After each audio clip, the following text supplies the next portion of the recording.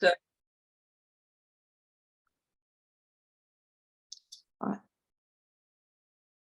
should I go ahead? yes, we'd like to welcome Dr. Cecilia Dupecher for the presentation of the Congressionally Directed Medical Research Programs on behalf of the FDMAS Alliance. Thank you, Cecilia, for being here. Well, thank you guys so much for setting this up. It's always a pleasure to be here. We're hoping to get several proposals this year. So I'm excited to be here and to be able to share our funding opportunities. I'm the program manager for PRMRP, the Peer-Reviewed Medical Research Program, which is a program that is under the organization called Congressionally Directed Medical Research Programs. Next slide, please.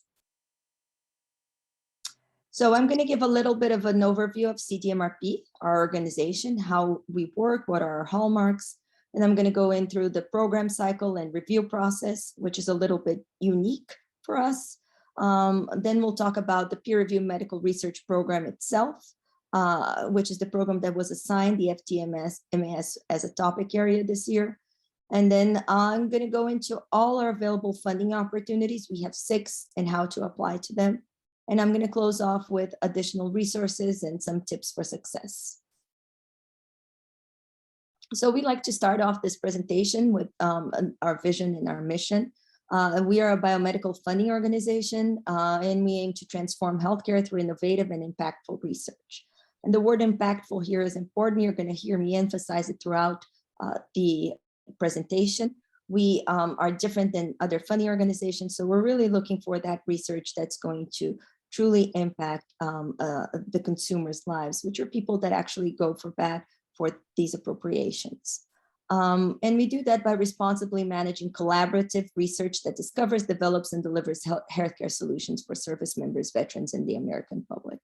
And we fund with that, we can fund all researchers, international researchers, private organization, and academia. Next slide, please. This is the who, the what, the where, and the how, our star graph. So we started in 1992 with grassroots efforts, folks that went to the Hill to bat for appropriation for breast cancer research. And it was assigned to us as an execution management agency for that appropriation. And we have steadily grown since then. Now we started with just breast cancer as a program, and now we have 35 programs under the organization. We fund, like I said, innovative and impactful biomedical research, probably research that other funding organizations wouldn't venture to fund. Like I mentioned, we can fund throughout the world. It's not restricted to United States and to private organizations and academia. Everybody is eligible to apply. And how we do that is through our 2-tier review process, which involves scientists, clinicians, and consumers. We have these individuals on all levels of review. This is what we say our secret sauce. It's a little bit different than other funding organizations, and then we're going to spend some time really describing how we select the proposals that are going to be recommended for funding. Next slide. Here are the hallmarks of CDMRP. I think it's important to understand the organization, what it is that we do when you're applying for funding for us. So the first thing that's important to note is that we do not request these funds. CDMRP has no control whatsoever of what ends up with us. These funds are added to us by Congress as targeted research funds to the DoD budget, right? There's no request from us in the president's budget. We fund high impact, high innovative research, research that other funding organizations might find a little bit too risky. We are all for funding high risk research. We avoid duplication with other funding agencies, and we target unfunded, unmet gaps. This is what we're tasked with. We cannot fund something that has been funded with other funding organizations. And we do that because we have a partnership with the NIH. We have a partnership with the VA to look at their database and their proposals, the proposals that have been submitted to us. Now, this doesn't mean that if you have a continuation of a project that you're having funds now from the NIH or from another funding organization that you can't apply to us. Everybody's eligible to apply as long as it's not a research that is being currently funded. Our funding opportunities are publicly announced and competed. We have 50 topic areas in this specific program, and everyone is eligible to apply. We, unlike other funding organizations, we do not work with investigators to tailor their proposals to our needs. We have our funding opportunities. They're very descriptive in that sense. So we do ask you to just take a look at the program announcement. This is something that we can't really handhold like other funding organizations.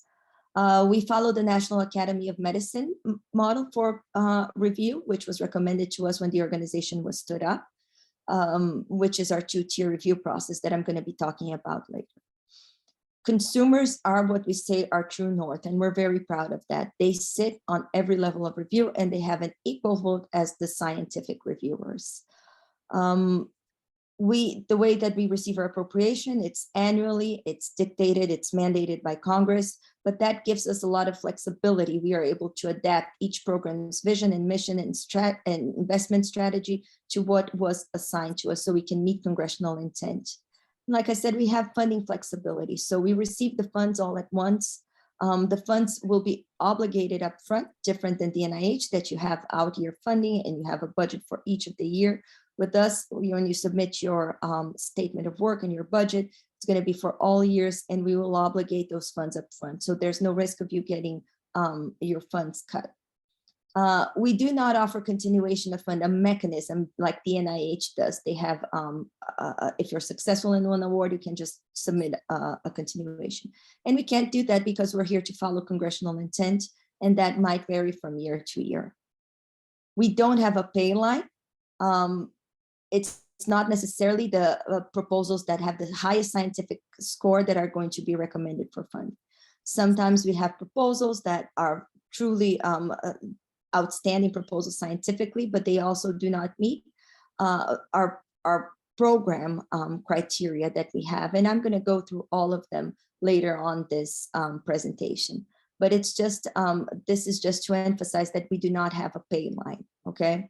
And we're going to go through 2 levels of review here. Transparency and accountability to our stakeholders is something that we're very proud, and it is a commitment of ours. Our website is very transparent. You can find all the information on our website. You can see the research that was funded. Every year I release an informational paper with what was funded in that cycle. So we are very proud to be very transparent in that sense. And finally, we do have the lowest management costs of all government organizations, all government funding organizations, which allows us to maximize the research dollars available. Next slide. So this is a snapshot of our FY23 appropriations. You can see these are all the line of fundings that we received. These are all individual programs. You have there listed 35 programs that were assigned to the organization, congressionally directed medical research programs. The program that we're going to be talking about today is peer-reviewed medical. You can see they're highlighted. It's the largest program. We receive an appropriation for just this program for $370 million. And you can see there are 50 topic areas. So different than other programs in the organization that have a little bit more of a prescriptive congressional language, and they have direction on how to meet congressional intent. Peer review medical and also peer reviewed cancer there, but just for the focus of today, peer review medical, we receive our congressional language, and with that, a list of topic areas that can be funded with that year's appropriation. Next slide. So now I'm going to talk about how our hallmarks, how our organization mission and vision tie up into our program cycle and in our review process. So here we have a diagram of the program cycle. I'm going to focus more on the left here because it's really where we do the reviews. And then in red there, you can see that's after the proposal is recommended for funding, and then we go into award negotiations, and then all the way to award closeout. But for the purpose of this webinar, we're gonna focus on the left side here. So our programs kick off with a vision setting meeting, and that's when we involve all stakeholders. I reach out to the advocacy groups to know what's the landscape of research, what it is that we're looking for that year. And that's where we devise our strategy, our funding opportunities, what's the best way for us to recruit proposals that year. Once we receive the appropriation, sometimes it depends, sometimes we are in a continuing resolution, it comes a little bit later in the year, but that's the only time where we can actually release our funding opportunities. Then we go through the pre-application review and screening process. Some mechanisms have a full pre-proposal screening process, some don't. I'm going to talk about that later. And then we will go to the peer review and programmatic review.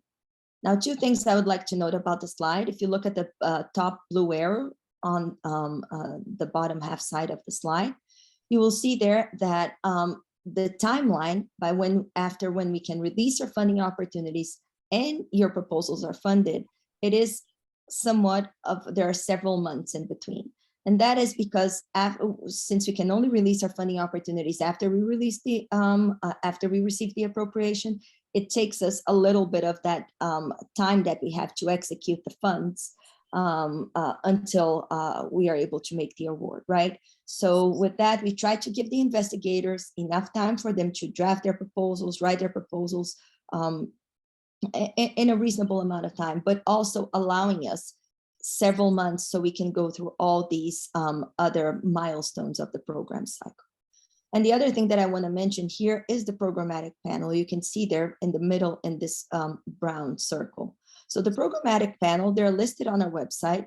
They are a group of individuals that have different levels of expertise. It's very high level, and they provide input throughout all the milestones of our program cycle. So during vision setting, they provide their input to see if we're meeting congressional intent and to advise us what's the best approach for us to execute the funds. Then we have pre-application screening. They will, if it is an award mechanism that requires an invitation, they will be the ones that are going to be reviewing that and saying if your application was invited for a full application receipt, right? And then they are the ones that are actually making the recommended for funding decisions. So I highly encourage you to go to our website, familiarize yourself with the audience that are providing high-level input to the program. Next slide. So now I'm going to talk about the two-tier review process in a little bit more detail. And this is really a partnership between peer review, all the merits of the proposal that peer review, I think everybody's familiar with, and then how the proposals that have the most meritorious scientific, are most meritoriously scientifically can actually fulfill the programmatic goals. Okay, next slide. So the first level of review, I think everybody is, like I said, familiar with. There's a list in our funding opportunities of a criteria that is going to list in bullet points what your proposal is going to be evaluated against. And we're looking at the technical merit of an individual proposal here, right? So let's say we have an ideal proposal, that's what we expect to get a score 10 here on all the items that are on all the criteria that we're looking for. We do not have a standing panel, different than the NIH. We do not have a Center for Scientific Review. Our congressional language changes, our intent changes. We are able to adapt yearly. So we don't have standing panels. Our reviewers, they are recruited based on their expertise and needs of that year. And we highly discourage any interaction between applicants and reviewers, okay? This is something that, like I said, we do not work with the performers to tailor their proposal. This is an equal opportunity program. Everybody is eligible to apply, and we try to not provide, this is a part of our mission here, is to not provide a competitive advantage to any individual performer. Our list of peer review participants are listed on our website, but not for this year, right? This year it's blinded, you are not going to know, but for previous years. So you can see the type of expertise that we are recruiting for this panel and what is their, if they're researchers, if they are industry. So you can see that it's going to be a variation of individuals that comprise these panels. The outcome of peer review is a summary statement. It's going to describe, there's going to be an overall score. It's going to describe the strengths and weaknesses of your proposal. And with that, that's what's going to go to the second level of review, to the programmatic panel. So next slide. So the second level of review is now we are looking at a different set of individuals. These are listed on our website. These are our folks that have been with the program for many years. They understand what we're trying to do. They understand how to meet congressional intent. And they are going to be the ones that are taking that summary statement. And really now we're looking at the proposals comparatively, right? And there's a set of criteria that they're looking at. And some are listed there. You can see the adherence to the award mechanism, intent, relative innovation and impact. Like I said, innovation and impact are huge for CDMRP. We're looking at not only research strategy and feasibility, like many other funding organizations, we're looking at how this is going to change the landscape of research, how this will significantly impact and improve outcomes for patients. They're looking at relevance to program goals. And like I said, this is a comparison of all the ones that scored super high in a peer review. Those are going to be the proposals that are going to be going to programmatic review. Our programmatic panel, they're comprised of consumers, clinicians, researchers, and like I said, consumers are on all levels of review. So keep that in mind when you're tailoring, when you're drafting your proposal. And we also include ad hoc reviewers because to bring in the appropriate expertise for the proposals and the topic areas that we receive that year. The outcome of programmatic review will be the funding recommendations. So these are the folks that are actually making the funding recommendations. It's not necessarily just based on peer review. Next slide. So like I said, the consumers are the true north and the foundation of CDMRP. These are the folks that go to bat, that go to the hill for us to receive these appropriations and execute meeting congressional intent. These include patients, survivors, family members, and caregivers. And they are included, you can see here, in stakeholder meetings and vision setting meetings during peer review and programmatic review. So keep that in mind and make sure that the translatability of your proposal is explicitly listed in on the proposal, on the documents that we ask you to submit as attachment. Okay, next slide, please. Now I'm going to talk a little bit about the peer-reviewed medical research program, which is the program that has the topic area of your interest assigned to us. Next slide. So our program started in 1999. So it was a few years after breast cancer was assigned to the organization. And it was tasked to really address diseases and conditions with relevance to military health. Different than other programs, our congressional language is very broad. It just says that we must fund research of clear scientific merit and direct relevance to military health. I'm going to talk in a little bit more depth of what the relevance to military health means, but keep in mind that this is a very broad term, right? It is military health. There's language there for the American public. So it's not necessarily just a clear alignment with military. And in specified topic areas. So that is also listed in our congressional language. And if we go to the next slide. So with that language that I showed you on the previous slide, we receive the appropriation and then we receive a list of topic areas that can be executed with that year's appropriation.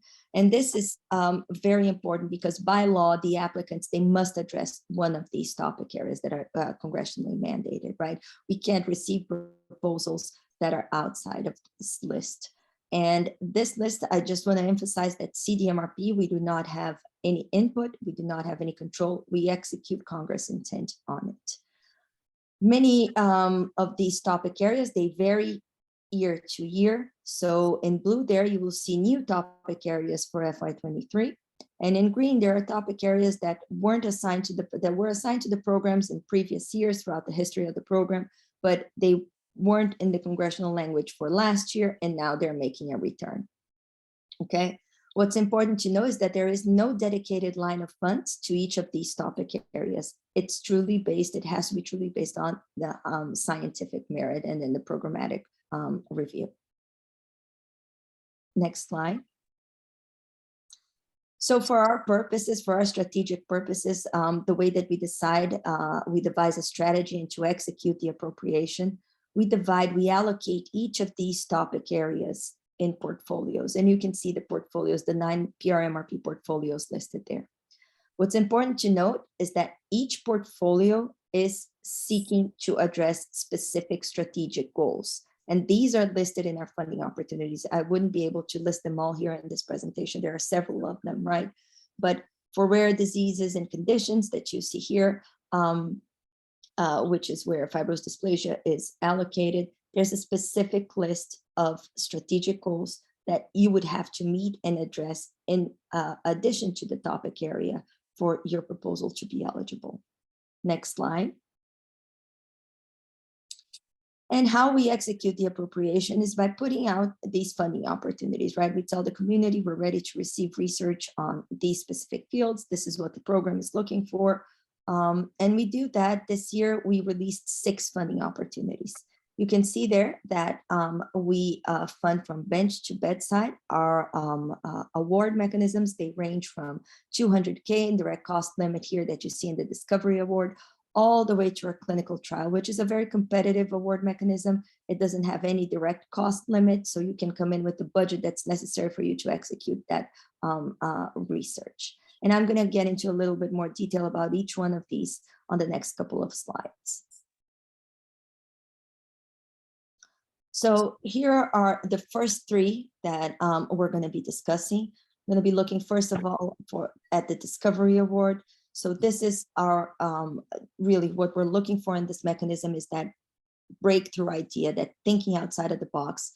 Preliminary data is not recommended. I mean, you can submit preliminary data, but we're also funding, we're okay with taking risks, very high risks on this award mechanism. It's something that maybe a researcher that's not in the field is willing to try something new. This is the award mechanism for it, okay? The direct cost limit for it is 200K. One thing that I would like to note, because this is something that we receive a lot under the Discovery Award, it is not meant to be a subset of a larger award. That does not meet the intent of this award mechanism, right? Sometimes we receive several proposals that we see that they just extracted one aim of an R1 that can be executed with 200K, but this is not the intent of the award mechanism. The intent of the award mechanism, we're looking for innovation, impact. Those are going to be your highest scores there, highest scoring criteria, and the most important one. And we're looking to really find something that if we invest 200K, and then you will be eligible for other funding opportunities that we have. But it's just that initial seed to foment innovation in the field. Then we have the Investigator Initiated Award, and this is the one that's going to be most relatable to an R01 of the NIH. The direct cost limit is 1.6. We have an option of you coming in with a partnering PI, then the direct cost limit would be 2 million. For this partnership, we recommend really you're going to have to fill an attachment that we call a partnership statement.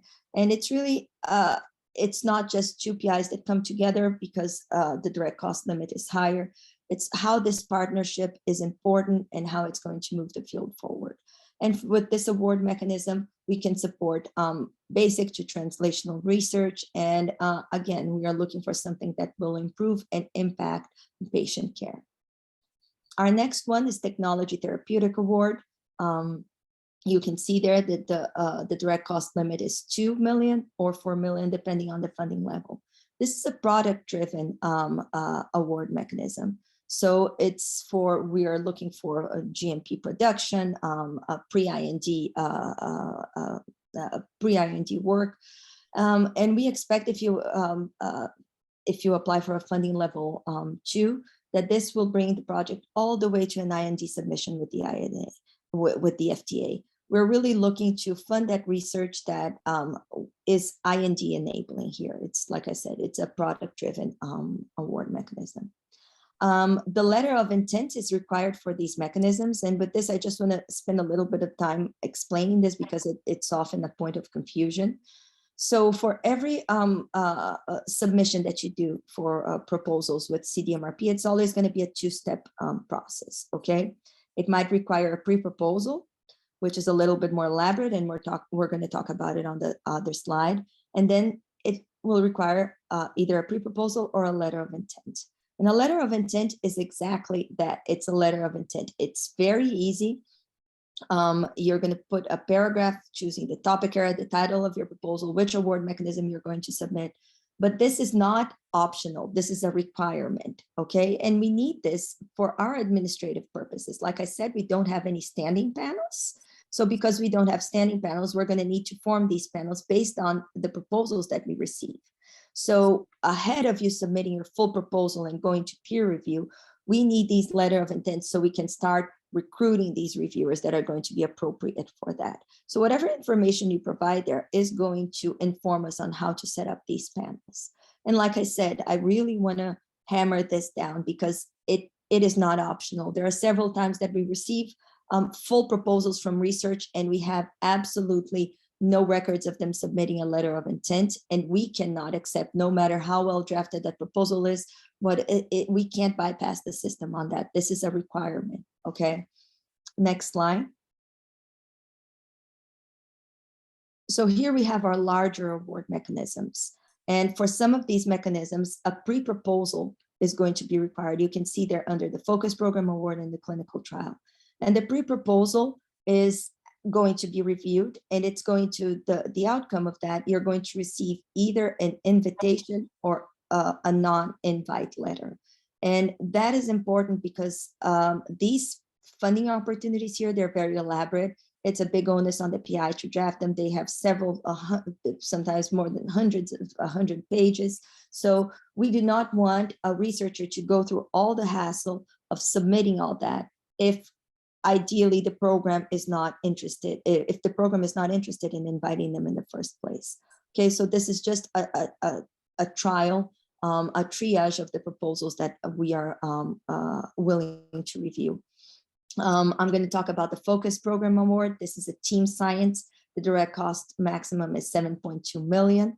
What we're looking with this award mechanism is really to bring together groups of researchers that are trying to address an overarching goal.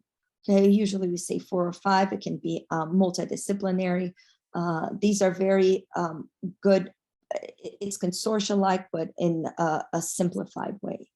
Then we have our clinical trials. Our clinical trials, we can have 2 options here. You can apply for a clinical trial with planning phase or a full clinical trial. If you apply for a clinical trial with planning phase, we will give you 18 months and 500K for you to finalize all the regulatory approvals that you need, IRB approvals. And once you are ready to start the trial, if it can't be more than 18 months, we will fund the trial as an option, assuming that you meet all the milestones that we set forth on the statement of work.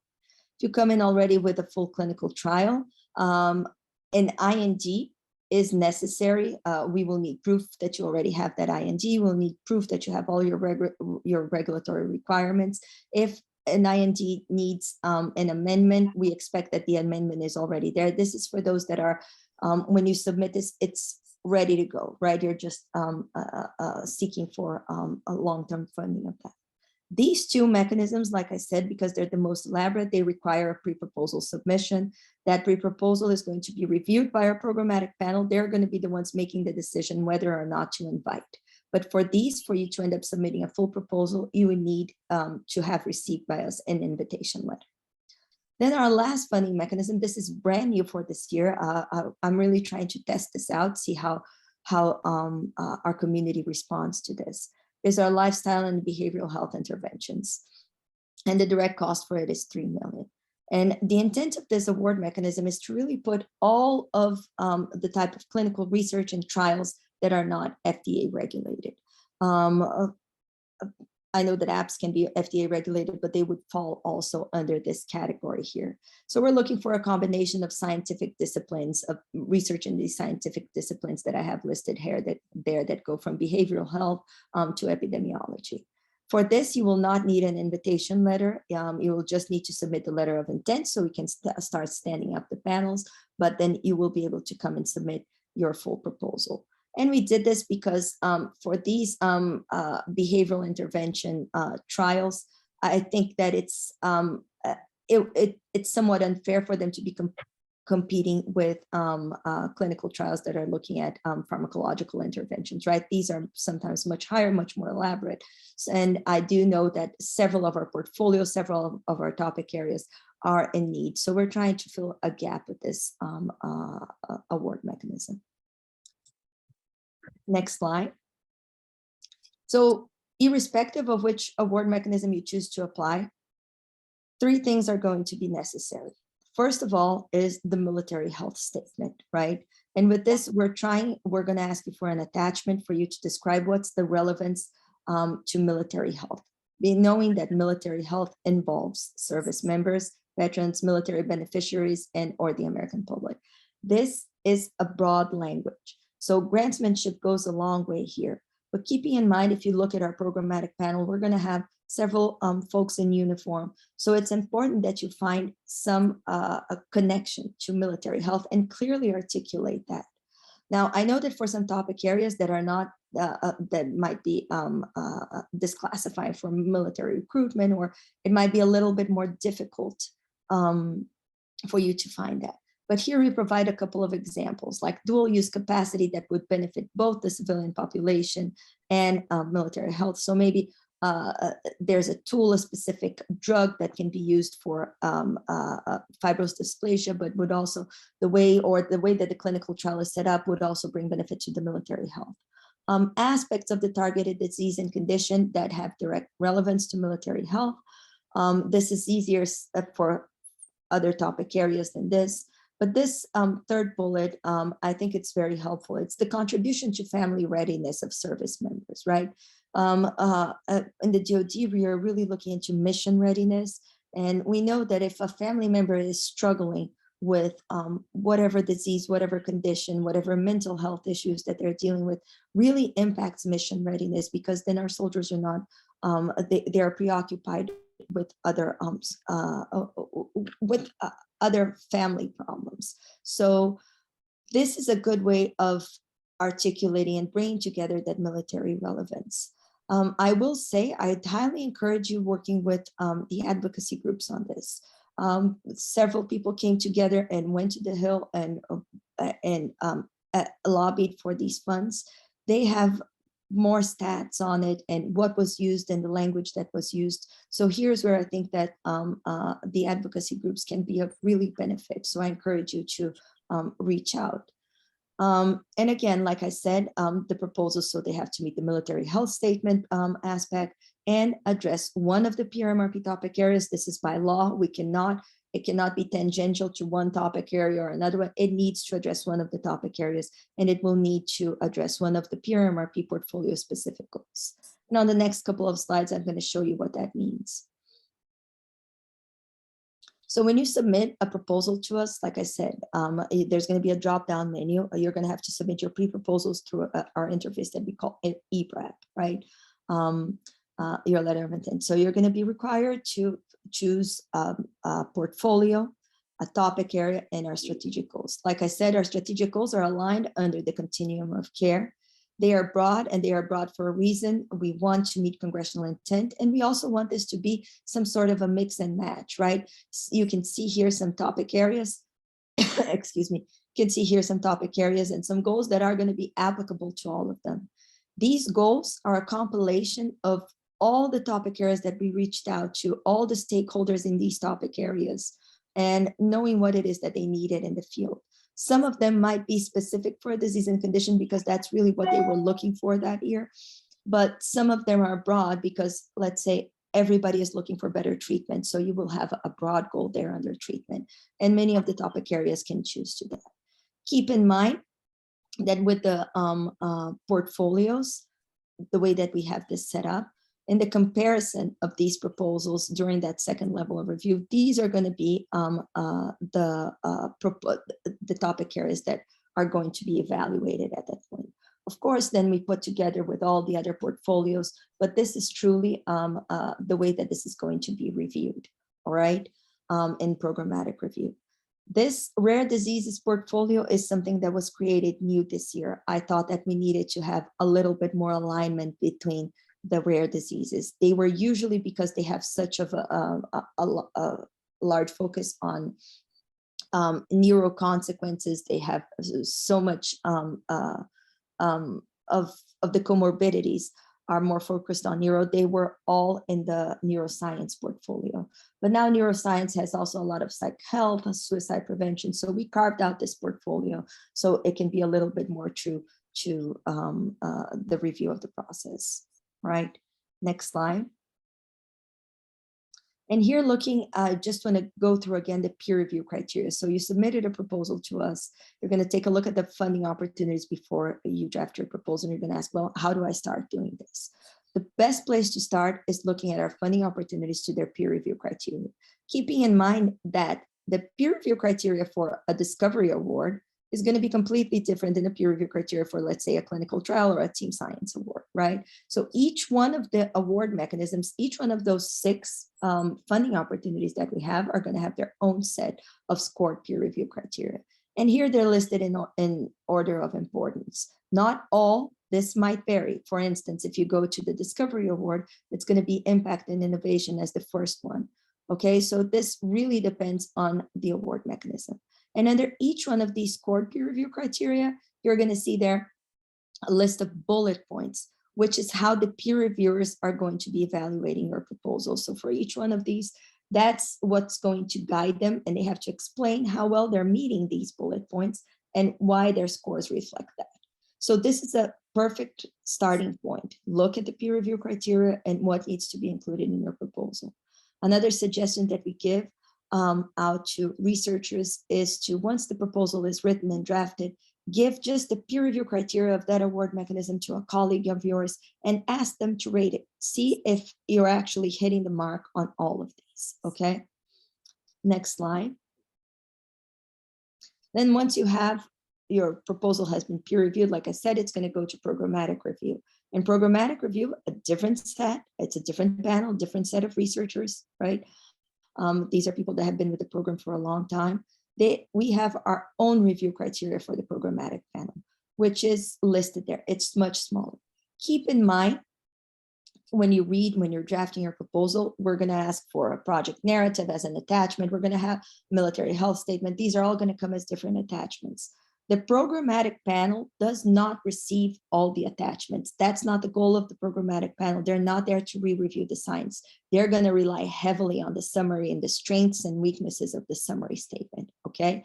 But they are going to be reviewing this as with the criteria that you see listed there. So it would be adherence to the intent of the award mechanism, relevance to the topic areas, relevance to the strategic goal, relevance to military health, and our portfolio composition. So if we funded something that's still ongoing, that we still don't know the results, so we're actually looking at keeping, for our purposes, for the program office's purpose, in keeping tabs of what it is that we fund, and if we are actually filling a gap with what we recommended for funding. All right. Like I said, the programmatic panel is listed on our website. I highly encourage you to go take a look at who these individuals are. We have 20 individuals on our programmatic panel. And keeping in mind, like I said, let me just go back to this, the attachments, they're not going to receive all. And we have 50 topic areas under PRMRP, and we have 20 programmatic panel members, right? So these are high-level investigators that have been with the program, not only investigators, can be government officials that are making these decisions. So on the attachments that are going to the programmatic panel, make sure that you're really driving home that point of relevance and impact and how this will change the field, okay? Next slide. And here's just a summary of our submission deadlines. You can see there for all our first 4 award mechanisms that only require an LOI. And again, it's required, it's not optional. We do need that LOI.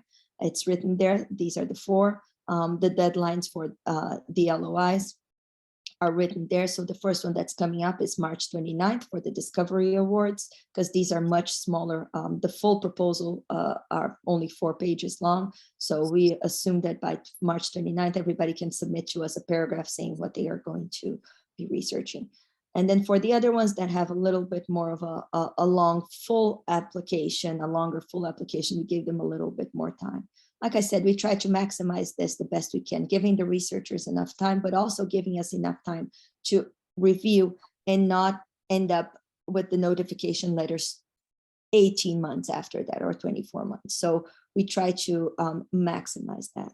Here are two, the Focus Program Award and the clinical trial. There are only two mechanisms this year that are requiring a pre-proposal. These are going to be reviewed by the programmatic panel, and you will receive an invitation to submit by June 17th, okay?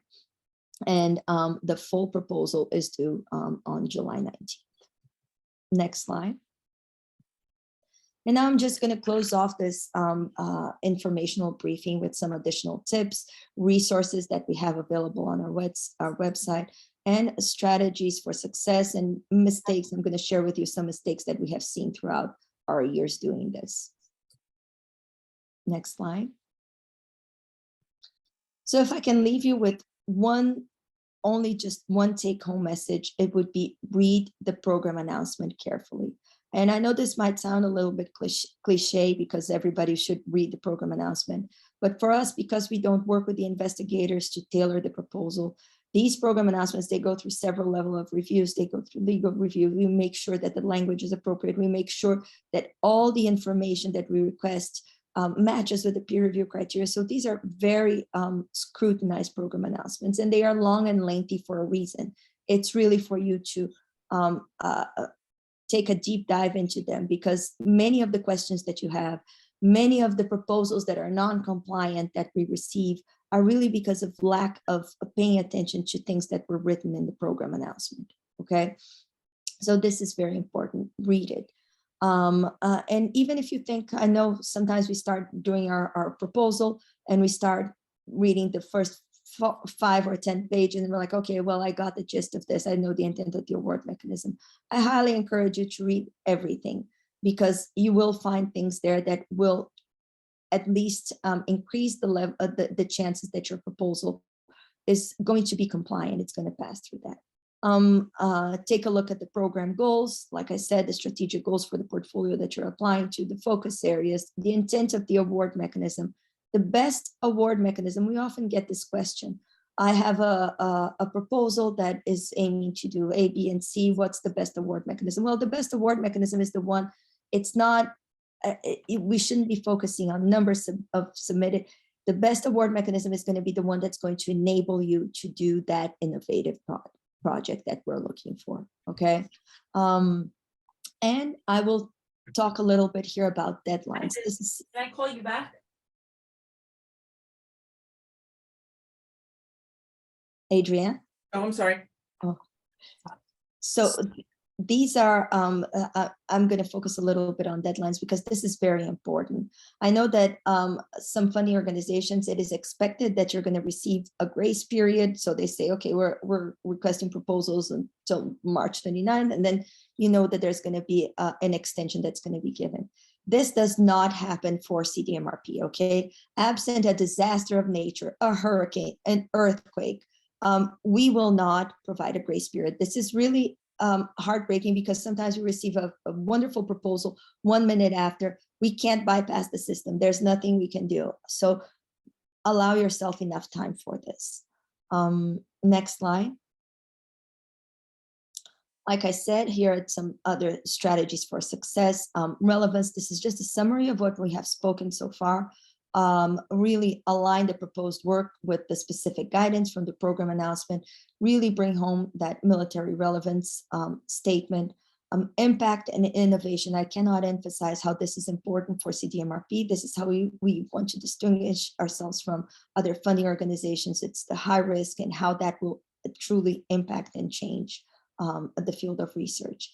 And on that, clearly articulate translatability, right? I think that sometimes that's missed, especially with mechanistic studies or a little bit more basic research studies. Clearly articulate translatability. Where do you see that going in 10 years? How will this make a difference with other options that have been funded elsewhere?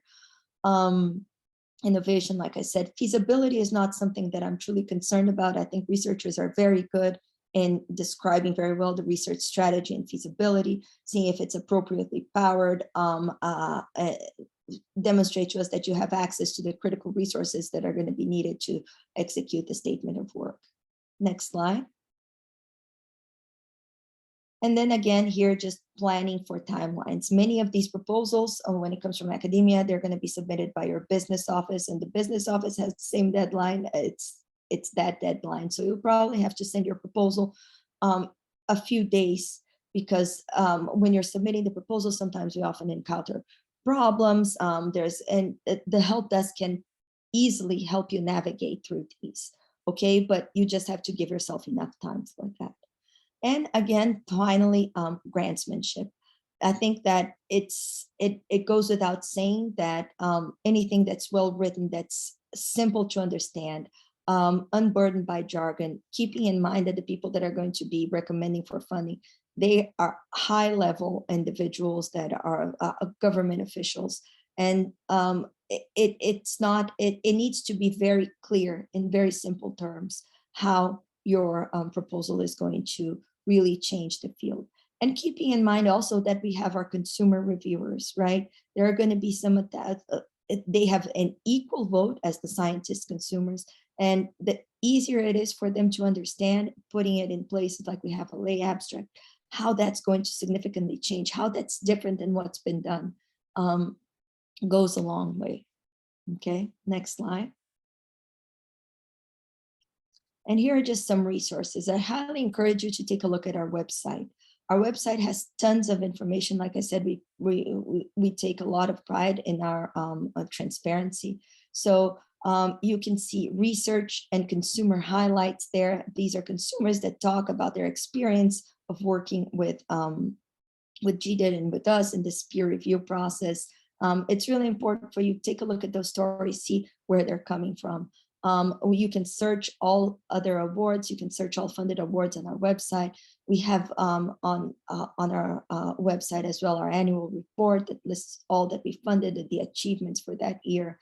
And we have a webinar series that I'm going to show to you in a little bit in the next slide. But there are tons of resources there. So do familiarize yourself with our website. Next slide. Here's how to sign up for a listserv. If you want to receive information about our programs, you can go to our website. There's going to be this little icon there with a mail.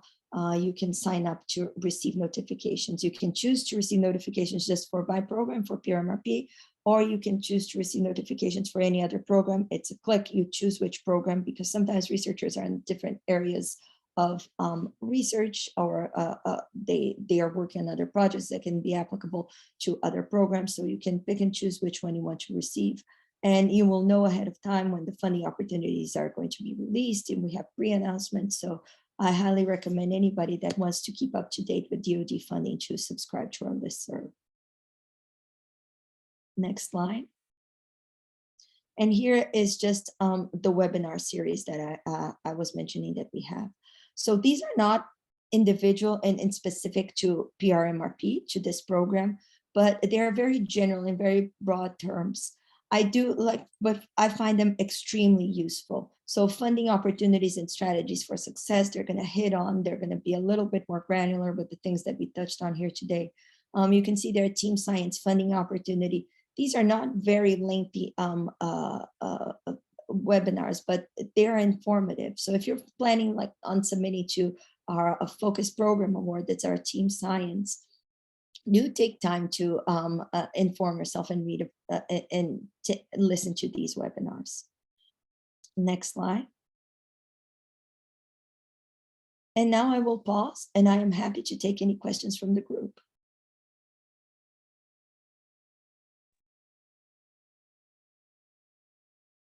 Presentation, and I always learn a lot more each year. Does anybody have any questions? Julia?